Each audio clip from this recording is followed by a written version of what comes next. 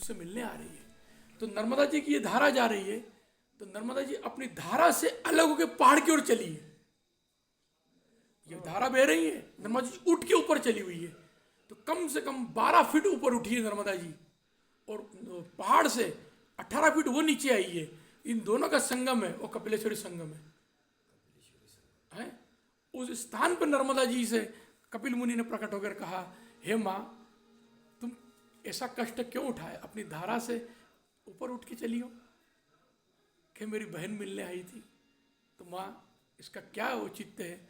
बोले, हे कपिल मुनि, तुमने जहाँ पर समुद्र के अंदर जो कार्य किया, जो इक्ष्वाकु वंश के पूर्वजों को तारने के लिए भगीरथ ने गंगा वहाँ लाई, मुझे वहाँ लाया गया था, ठीक है।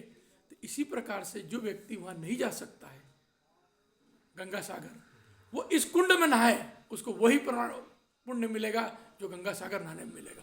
ऐसी दयालु माँ नर्मदा है, जो गंगा सागर भी रखती है, गंगा जी भी रखती है, समुद्र भी रखती है, और क्या आपको चाहिए। सरस्वती माता जी का भी यहाँ पर वास है। वास तो किसका नहीं है, यहाँ तो मार्कंडेय ऋषि कमंडल ले लेके घूमते रहे सब जगह हैं, उनको स्थान ही नहीं मिला यहाँ पर बैठने का कहीं पर भी। जहाँ बैठे वहाँ देवता मिले, जहाँ बैठे वहाँ देवता मिले। दूसरी परिक्रमा करी, तीसरी परिक्रमा करी, फिर नर्मदा जी को उन पर वो हुआ, कहा कि अरे आप यहीं विराजिए, तो आप कभी ओंकारेश्वर पर्वत पर जाइए। समय बताता हूँ, दिन के ठीक 12 बजे देखिएगा, ओंकार पर्वत के नीचे तलहटी में आपको हल्की सी एक लाइन दिखेगी, नीचे एक गुफा है ओंकार मार्कंडेय ऋषि की, आज भी दिखती है, दर्शन होते हैं, स्वयं आंखों से आप कर सकते हो। ये कोई मैं वही चीज बोलूंगा आपके सामने जो व्यक्ति देख सकता है और कर सकता है, परंतु समय आपका वो जो बताया उसी समय पर वो सूर्य जब सीधा होगा उसी समय वो दिखेगी नीचे की ओर आपको। तो ओंकारेश्वर जो पर्वत है, इसमें बीच में से आपको दिखता है अंदर की ओर मार्कंडेय ऋषि का स्थान। तो ऐसी दयालु मां नर्मदा।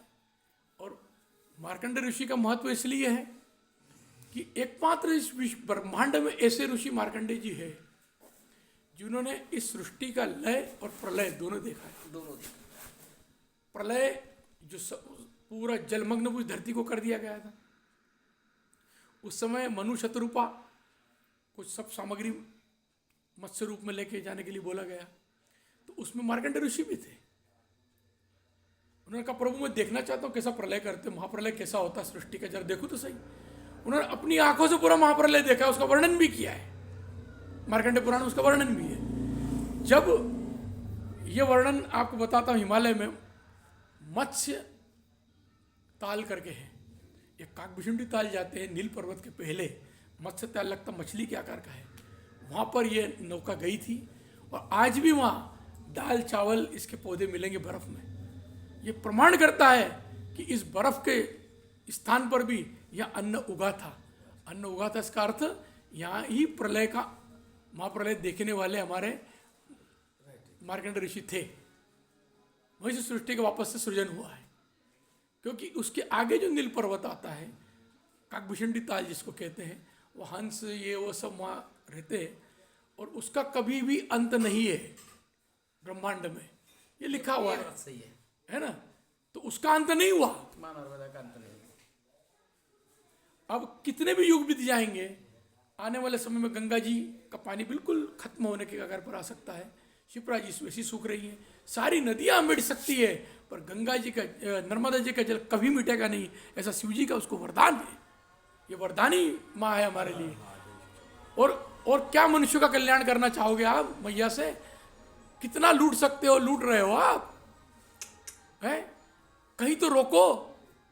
मनुष्य कहता है नर्मदा जी की सुरक्षा करना चाहिए, नर्मदा जी को गंदगी नहीं डालना चाहिए, नाले नहीं जोड़ना चाहिए, ये नहीं जोड़ना चाहिए। अरे कितना कुकृत्य करोगे, कितने मैया को दूषित करोगे, इसके लिए चिंतन होना चाहिए, और इसके लिए किसी और को चिंतन नहीं है। हमें ही नर्मदा जी को नदी न समझते हुए माँ समझना जिस दिन हम प्रारंभ कर देंगे, उस दिन ये गंदगी डालना बंद कर देंगे। हम ही जो अपने पड़ोसी को रोकेंगे या किसी तीसरे व्यक्ति को रोकेंगे, तो हमें इतना सक्षमता तो है, या भाई गंदगी मत करो।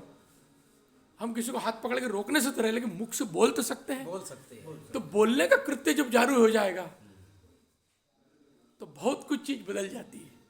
आप इसका उदाहरण मैं आपको देता हूँ। आपने कोरोना काल भी देखा हाँ जी। है ना। इस कोरोना काल में आपने मन नर्मदा को निहारा होगा तो बिल्कुल परछाई दिखती थी आपकी व्यवस्थित ढंग से। हम गंगा जी, गंगोत्री वगैरह सब देखते रहे, हरिद्वार तक, कानपुर तक की गंगा यूं मुंह डालो तो आपको पूरा चेहरा दिखता था। क्यों? कि सारी चीज बंद थी, कोई प्रदूषण और किसी प्रकार का गंदगी किसी नदी में नहीं थी, इसलिए आपको पानी बिल्कुल शुद्ध और स्वच्छ नजर आता था। तो यही कारण है कि हम लोग कभी मनुष्य देवता नहीं बन सकते। देवता में और हम में यही भेद है कि देवता हमसे हल्के हैं, लाइट वेट है उनका, और हमारा शरीर मलमूत्र से भरा हुआ है क्योंकि हम अन्न खाते हैं, हमारा शरीर जड़ है। ठीक है, और दिन भर हम माला फेरते हैं जड़ तत्व को खत्म करने के लिए। ठीक है, वो जड़ांश कभी खत्म होता नहीं है। इसकी कुछ विधियां हैं, वो हम डिस्क्लोज नहीं करेंगे आप लोगों के सामने। तो मनुष्य, हमने पुराणों में पढ़ा है कि हमारे ऋषि मुनि धरती पर रहते थे और इंद्र की सभा पहुंच जाते थे, देवलोक पहुंच जाते थे। ये अब किसी से बोलो तो ये गॉसिप है, तो बातचीत होती है, पर नहीं, आज भी कुछ लोग जाते हैं। इस धरती से स्वर्गलोक तक जाने वाले लोग मौजूद हैं इस धरती पर आज भी। क्या आज भी है? क्या कैसे जाते, क्या जाते हैं, कैसे मार रहा जाता है, ये मेरे राम सब जानते हैं। क्योंकि अनुभव होने पर ही आदमी बोल सकता है, और कैसे जाते इसकी विधि भी जानते हैं, परंतु वो हर आदमी को बताई नहीं जाती। आदमी कर नहीं सकता, न उसके बस का ही कार्य है। ब्रह्मचारी का शरीर लगता है, उसके सिवा वो व्यक्ति कर नहीं सकता है गणित। तो इसीलिए इतना सब कठिन कार्य करने के बजाय एक परिक्रमा कर ली जाए तो सारा सुख, आनंद, वैभव, मुक्ति, शक्ति, भक्ति सब यही माता दे देती है। तो काहे पचड़े में दूसरे पड़े? नर्मदे नर्मदे। हर हर महादेव, जय हो गुरुदेव। सारे संसार का निचोड़ एक ही में है कि मां नर्मदा की एक ही परिक्रमा करिए। एक क्यों? करते रहो बाबा, जितनी कर सको। कम से कम एक संसारी लोग एक तो करे बाबा जी। अरे बाबा, एक भी करने लोग आते नहीं है, इसके लिए अब आप 1 रुपए की चोरी करो चाहे लाख रुपए की चोरी करो, चोरी है। तो चोरी नहीं, वो कैटेगरी क्या लगेगी? चोर है। तो नर्मदा जी की 1 करो चाहे 10 करो, वो परिक्रमावासी कहलाएगा ना। बाद में पूछो कि तुमने कितनी करी, तो 4 करी, कोई कह रहा 5 करी, फिर बोला जाएगा ना। तो जो आनंद यहाँ का है वो कहीं नहीं है, वो कहीं नहीं है। वो दुनिया के कोई इलाके मैंने आज तक देखो, मैं आपको एक बताऊं, साधु तपस्या करता है, तप करता है, योग करता है, जप करता है, माला फेरता है, सब प्रकार से वो कोशिश करता है कि मैं अपने अंतर्मुख होके अपने शरीर में विद्यमान जो चैतन्य भाव है उसको जागृत कर सकूं। हर एक में विद्यमान है, हर व्यक्ति चैतन्य है, ठीक है ना। लेकिन क्या होता है, उस चैतन्य भाव के ऊपर अंगारा जमा हुआ रहता है। साधु का काम वही है, उसको फू फू करके उसकी अग्नि को प्रकट करे, उसके चैतन्य भाव को जागृत करे। जब वो जागृत होता है तब तो वो अध्यात्म की ओर मुड़ता है, और जब गुरु को उसको साथ मिलता है, वो चैतन्य भाव उसका धीरे धीरे प्रज्वलित होता है और गुरु उसको ज्ञान देता है, दिशा देता है, तब वो अंतर्मुखी होता है ना। समाज में आप रहते हो, 3D का जो फार्मूला है, डेडिकेशन, डिवोशन और डिटर्मिनेशन, ये आदमी में संस्कारों से भी आ जाते हैं, समाज को देख के भी आ जाते हैं, कुछ देखा देखी भी सीख लेता है। परंतु एक चीज़ है डिसिप्लिन, है ना, जिसको आज कह लो गुरुकुल कह लो या आपका स्कूल कह लो, इसमें जाके उसको आता समाज में कैसे रहा जाए। लेकिन एक चीज़ है, एक डी वो है, वो सबके ऊपर है, वो डी वो केवल गुरु ही दे सकता है, वो है डायरेक्शन। अगर आपका जीवन का डायरेक्शन बदल गया तो आपका जीवन बेकार हो सकता है, ठीक है ना। तो हम लोग जो हैं आज जितने भी सब शिक्षित हैं, हमने कोई डिग्री ले रखी है लॉर्ड मेकाले की शिक्षा पद्धति से, हम शिक्षा ग्रहण करने वाले व्यक्ति हैं, ठीक है। हर जगह हम अपने पीछे विज्ञान लगाते हैं, ज्ञान नहीं लगाएंगे, हम विज्ञान लगाएंगे, ज्ञान का विकृत स्वरूप लगाएंगे विज्ञान, ठीक है। तोड़ मरोड़ के उसको पेश करेंगे, उसी ज्ञान को जो हमारे संतों ने अंतर्मुख होके हमारे आगे पुराणों में लिखा है, वो हम उसको नहीं मानेंगे। हम विकृत रूप से फिर सीधे रास्ते पे आते हैं और फिर उसको कहते हैं कि ये विज्ञान है, ठीक है ना। ज्ञान का मार्ग हमें नहीं चाहिए, हमें विज्ञान का मार्ग चाहिए, क्योंकि हम शिक्षित हैं, हम दीक्षित नहीं है। हम शिक्षित हैं। अगर किसी ने दीक्षा ले ली गुरु के आश्रम में या गुरु की शरण में जाकर, तो उसको शिक्षा की कोई आवश्यकता नहीं, वो अनपढ़ भी रहेगा तो अपना जीवन सही ढंग से आध्यात्मिक रूप से गुजार लेगा, वो मोक्ष और मुक्ति जो भी मार्ग कहते हो आप, आनंद की ओर चला जाएगा। लेकिन शिक्षित व्यक्ति हर जगह ज्ञान, तर्क, वितर्क, कुतर्क सब लगाएगा, और वहीं घूम कर रह जाएगा कुएं के मेंढक की तरह। ठीक है ना? इसलिए गुरु लोगों का कहना है कि ज्ञानी कहीं भी मिले रास्ता पलट लेना, क्योंकि ये भवसागर है।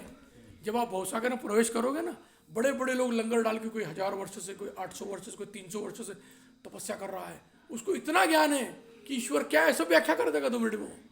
लेकिन जैसे कोई बालक जाएगा, अरे ये इतने बड़ा महात्मा 400 वर्ष तपस्या कर रहा है, अरे ये 200 वर्ष, जहां आप इनको देखा तो आप भटक गए।